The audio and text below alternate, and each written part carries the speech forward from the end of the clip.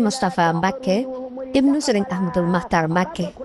mbokk yi kii mooy xalifa Serigne Ahmadul Makhtar Mbacké mën naa ne at yi bariwul waaye nag yaram na loo xam ne ñu ngi koy ñaanal yan bi woyof lool Mbacké moom mii di Serigne Moustapha Mbacké moom moo nekk nag xalifa Serigne Ahmadul Makhtar Mbacké mi nga xamante ne xam nga nag moo fi jógee démb taaru nag doonoon koo xam ne ku nu ràññee la ci yoonu murit mi ngi wàccub liggéey nag di ki vendredi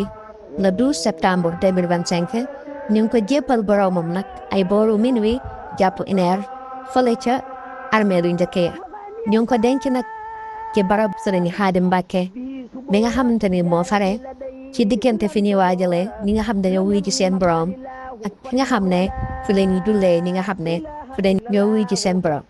Mbacké ñu di ko ñaanal suuf woyof ci kawam lool te ñu taas ñu ci barkeem bu baax a baax